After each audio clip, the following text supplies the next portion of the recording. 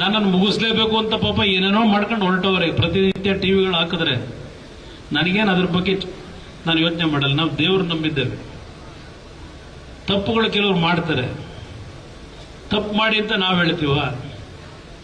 ಈಗ ನಿಮ್ಮ ಕುಟುಂಬದಲ್ಲಿ ನೀವು ಜನ್ಮ ಕೊಟ್ಟಂತ ಮಕ್ಕಳಿದ್ದಾರೆ.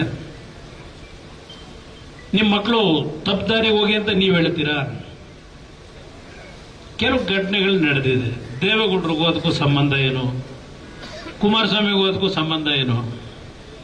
ಈ ವಯಸ್ಸಿನಲ್ಲಿ ಒಬ್ಬ ಮಾಜಿ ಪ್ರಧಾನಮಂತ್ರಿನ ಅವನ್ಯಾವನೋ ಒಬ್ಬ ಚಾನಲ್ನನ್ನು ಏಕವಚನದಲ್ಲಿ ಪದ ಬಳಕೆ ಮಾಡ್ತಾನೆ ಅಂದರೆ ಬಹುಶಃ ಆ ಪದ ಬಳಕೆ ಏನಾದರೂ ಈಗ ಬಂದವರಲ್ಲ, ಈಗ ಚನ್ನಪಣ್ಣ ಉದ್ಧಾರ ಮಾಡ್ತೀವಿ ಅಂತ ಅವ್ರ ಬಗ್ಗೆ ಮಾತಾಡಿದ್ರೆ ಇಷ್ಟೊತ್ತಿಗೆ ಅಷ್ಟೊತ್ತಿಗೆ ಬೆಂಕಿನೇ ಹಾಕಿರೋರು.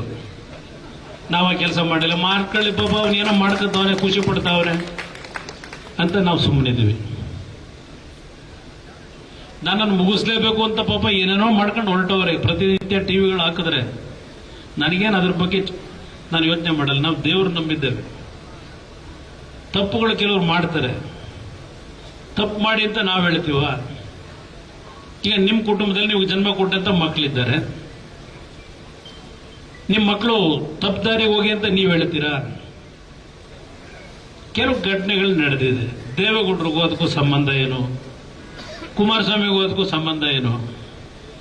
ಈ ವಯಸ್ಸಿನಲ್ಲಿ ಒಬ್ಬ ಮಾಜಿ ಪ್ರಧಾನಮಂತ್ರಿನ ಅವನ್ಯಾವನೋ ಒಬ್ಬ ಚಾನಲ್ನನ್ನು ಏಕವಚನದಲ್ಲಿ ಪದ ಬಳಕೆ ಮಾಡ್ತಾನೆ ಅಂದರೆ ಬಹುಶಃ ಆ ಪದ ಬಳಕೆ ಏನಾದರೂ ಈಗ ಬಂದವರಲ್ಲ, ಈಗ ಚನ್ನಪಣ್ಣ ಉದ್ಧಾರ ಮಾಡ್ತೀವಿ ಅಂತ ಅವ್ರ ಬಗ್ಗೆ ಮಾತಾಡಿದ್ರೆ ಇಷ್ಟೊತ್ತಿಗೆ ಅಷ್ಟೊತ್ತಿಗೆ ಬೆಂಕಿನೇ ಹಾಕಿರೋರು. ನಾವು ಆ ಕೆಲಸ ಮಾಡಿಲ್ಲ. ಮಾಡ್ಕೊಳ್ಳಿ ಪಾಪ, ಅವನೇನೋ ಮಾಡ್ಕೊತಾವನೆ, ಖುಷಿ ಪಡ್ತಾವ್ರೆ ಅಂತ ನಾವು ಸುಮ್ಮನಿದ್ದೀವಿ.